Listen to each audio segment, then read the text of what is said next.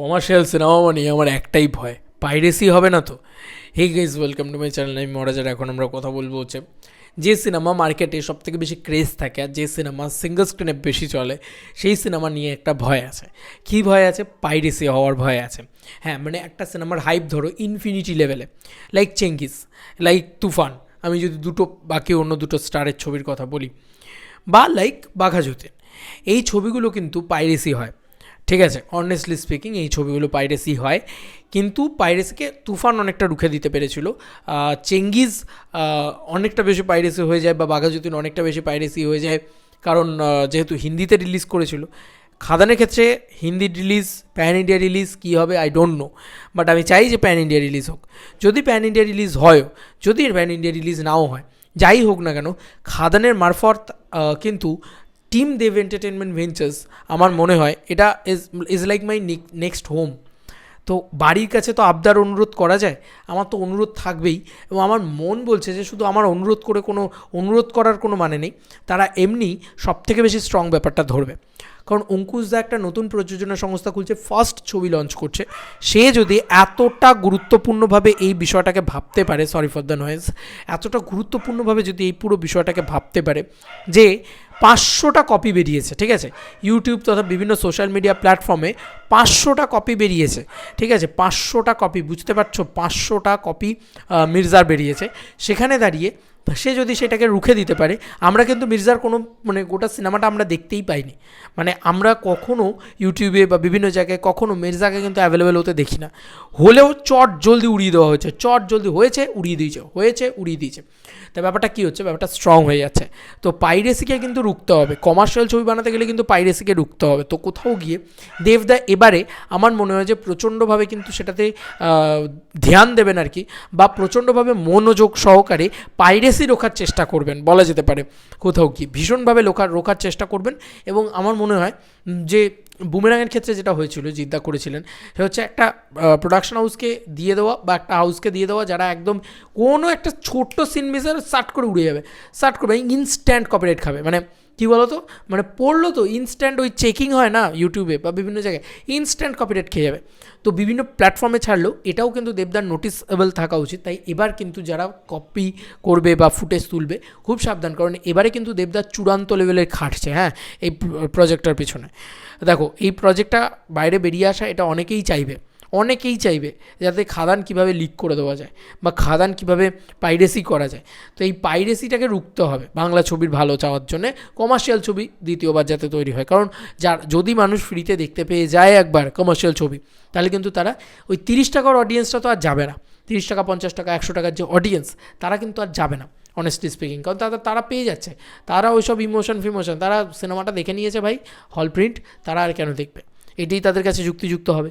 তো অ্যাক্টিভ থাকতে হবে দেব এন্টারটেনমেন্ট ভেঞ্চার্সকে। আর আমার মনে হয় তারা এবার ভয়ঙ্কর অ্যাক্টিভ থাকবে, এবং যেভাবে জিৎ ফিল্ম ওয়ার্কস বা গ্রাসরুট এন্টারটেনমেন্ট যেভাবে খেলাটা খেলেছিল, যে কেউ যদি কোনোভাবে করে, ঠিক আছে, ইনস্ট্যান্ট স্ট্রাইক খেলে যাবে, ইনস্ট্যান্ট স্ট্রাইক খাবে, নেমে যাবে, কোনো দেখাদেখির ভূমিকাই নেই। সাধারণ মানুষ ওই ভিডিওটা দেখতেই পাবে না, তার আগেই স্ট্রাইক খেয়ে যাবে, বুঝলে তো, পাবলিকলি নিয়ে আসতে পারবে না। যেটা অঙ্কুশদাও করেছিল, 500টা টেনে নামিয়েছিল। অঙ্কুশদা নিজে ইন্টারভিউতে বলেছে যে 500টা এরকম প্রিন্ট বা ছবি এরকম সিনেমার আর কি, গোটা সিনেমাটা তুলে আপলোড করে দিয়েছে, এরকমটা তারা নামিয়েছে, বা কোনো মুভি সিন তুলে আপলোড করে দিয়ে এরকম করেছে। তো একটা সিনেমা খাদানের সেখানে কী লেভেলের ক্রেজ ভাবো, 5000টা বেরোবে এরকম যদি হয়ও, বা হবে না, কারণ 5000 জায়গায় 5টা করে যাবে এমনি, কারণ চেনে না তো ভাই, উল্টো পাল্টা স্ট্রাইক খাবে। ঠিক আছে, ইউটিউবে না করে অন্য কোথাও যদি করে, লাইক অনেকেরই এখন অনেকগুলো জায়গা রয়েছে, আমি বলছি আমি দায়িত্ব নিয়ে তোমাদেরকে ফাঁসাবো, যে যদি কোনো দিন দেখি, ঠিক আছে, টেলিগ্রাম চ্যানেল বা এরকম, সেটা তো দেখি, সেটা তো উড়িয়ে দেবো, একদম আমি দায়িত্ব নিয়ে বলছি যে ফাঁসিয়েই দেবো তোমাদেরকে, একদম হাউসের সাথে কন্ট্যাক্ট করে ফাঁসিয়ে দেবো। এখনও আমি করি, পুরনো ছবি যদি কোনোভাবে লিক হয়ে যায়, সেটা আমি হাউসকে পাঠিয়ে বলি ইনস্ট্যান্ট ওরাও, আর উড়িয়েও যায়, ঠিক আছে। তো যাই হোক, সেটা আমি চেষ্টা করি সবসময়। তবে খাদানের ক্ষেত্রে যেটা বলছি, সেটা হচ্ছে যে টিম এত স্ট্রং থাকবে না, কোনো টেলিগ্রাম বলো বা আতিপাতি, মোহাম্মদ আলী, এলিতেলি, যত সাইটস আছে, সেখান থেকেও কিন্তু উড়ে যাবে, জানো তো। এটাই হচ্ছে বিষয়। এরকমভাবেই প্ল্যানিংটা করা হবে, কারণ এত ইজিলি এত বড় বাজেটের একটা ছবি আসছে তো, তাও আবার কমার্শিয়াল ছবি। তাই দেখো টেক্কার এই ভয়গুলো নেই, মাল্টিপ্লেক্সে যে ছবি চলে সেখানে কিন্তু এই ব্যাপার স্যাপারগুলো এতটা ভয় থাকে না। এবং যদি বাকি কথা বলি, বাকি সিনেমাগুলো এতটা ভয়ের বিষয় না, কিন্তু সিঙ্গল স্ক্রিনের ছবি, কমার্শিয়াল ছবি লোকে একবার হাতে পেয়ে গেলে না, লোকে এমনিই দেখতে যেতে চায় না হলে। তো সে কারণে কিন্তু এবারে কিন্তু দেবদা প্রচণ্ড স্ট্রিক্টভাবে খেলবে আমার মনে হয়। পাইরেসিকে দেবদা একদম ভয়ঙ্করভাবে রুখে দেবে, দেখতেই পাবে না কোনো প্রিন্ট। শিওর 5,000টাও যদি কপি বেরোয়, ঠিক আছে, আবারও বলছি 5,000টা যদি পাইরেসি কপি বেরোয়, তার ভিতরে কিন্তু 5টাও দেখতে পাবে না, একটাও দেখতে পাবে না তার ভিতরে, সব কটা উড়ে যাবে। আর আমার কাছে যদি কোনোভাবে কিছু আমি দেখতে পাই, আমি ইনস্ট্যান্ট উড়িয়ে দেবো, মানে আমি সঙ্গে সঙ্গে হাউসকে পাঠিয়ে ইনস্ট্যান্ট উড়িয়ে দেবো। তাই যারা এ ধরনের নোংরামি এবং এ ধরনের ক্রাইম করে থাকো, এটা একটা ক্রাইম, পাইরেসি করা একটা ক্রাইম, এটা দণ্ডনীয় অপরাধ, মানে টিকিট ব্ল্যাক করার থেকেও বড় অপরাধ আর কি পাইরেসি করা। তো যাই হোক, এর থেকে বড় অপরাধের আর কিছু হতে পারে না। তো এটার জন্য কিন্তু একটা শাস্তিও হয়, হ্যাঁ, তো সেটাও কিন্তু তোমরা একদম কনফার্ম পাবে যদি পাইরেসি করো।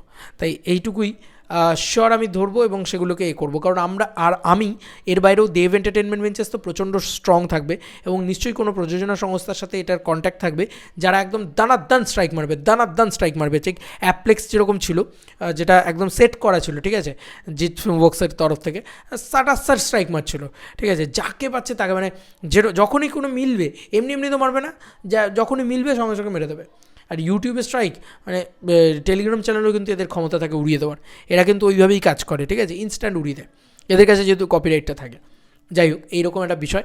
তো এরপরে দেব ফ্যান্সদের একটা বড় অনুরোধ, যে যদি এর পরেও কোনোভাবে কোনো কিছু পাওয়া যায়, একটা ছোটো সিন ছেড়ে দিল, আর রিকোয়েস্ট, কেউ এক্সাইটমেন্টের বসে এই সিনটা তুলে ছেড়ে দিলাম, ওই দেখো দেবের এন্ট্রি, এই দেখো এটা, এসব করবে না, এসব কিচ্ছু করার দরকার নেই।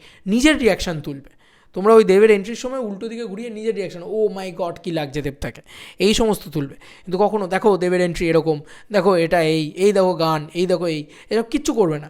হলের ভিতরে মোবাইল একদম ইউজই করবে না পরিষ্কার খাদান দেখতে গিয়ে। আর দেব ফ্যান্সদের দায়িত্ব কি, যদি কোনোভাবে এরকম ধরনের কোনো ভিডিও দেখো, ইনস্ট্যান্ট আমাকে পাঠাবে বা হাউসকে পাঠাবে, বা যা খুশি করবে, অ্যাট এনি কস্ট ওটাকে উড়িয়ে দেওয়ার ব্যবস্থা করবে কিন্তু, ঠিক আছে, যাতে ওটা কোনোভাবে মানে সাধারণ জনগণের হাতে না পড়ে। কারণ এই জিনিসটা মানে কন্টিনিউয়াসলি হয়ে যাচ্ছে, কমার্শিয়াল ছবি এলেই হয়, রাবণের সময় হয়েছে, প্রচুর হয়েছে, মানে দান স্ট্রাইক পাঠানো হয়েছে আর কি। ইভেন কি আমার তরফ থেকেও আমি অনেক বার প্রোডাকশন হাউসকে রিকোয়েস্ট করে করেছি যে তারা রাবণ, কেউ হয়তো কোনো পার্টিকুলার একটা ছোটো জায়গায় ছেড়ে দিয়েছে, কেউ ওটা ছেড়ে দিয়েছে, সে সময় তারা দান উড়িয়েছে। তারা কিন্তু বুমেরাং থেকে এটা করে দিয়েছে, হ্যাঁ, নিয়ম করে দিয়েছে জিতটা, এরকম সেরকম, মানে দেবদার ক্ষেত্রেও আমার মনে হয় নতুন নিয়ম হয়ে যাবে এই খাদান থেকে কমার্শিয়াল ছবিতে, আর কোনো চান্স নেই খাদান থেকে পাইরেসি করা, কারণ পাইরেসি করা ঘোরতর অপরাধ, এবং পাইরেসি করে সত্যিই সিনেমার ক্ষতি হয়। তাই আমার মনে হয় যে দেবদা এবারে কিন্তু হালকায় নেবেন না পুরো বিষয়টা, প্যান ইন্ডিয়া রিলিজ হোক যাই হোক, যেখানেই লিঙ্ক বেরোবে সেখানেরই কিন্তু কপালে দুঃখ আছে, শুধু উড়িয়ে দেবে তাই নয়, কপালে দুঃখও আছে। তো এটা আমি বলে দিলাম, ঠিক আছে। তো এই ছিল এখনকার মতো ভিডিও, তোমাদের কার কি মতামত এন্টায়ার ভিডিওটাকে নিয়ে জানিও কমেন্ট সেকশনে। চলো বন্ধুরা, নতুন কোনো ভিডিওতে দেখা হবে, বাই।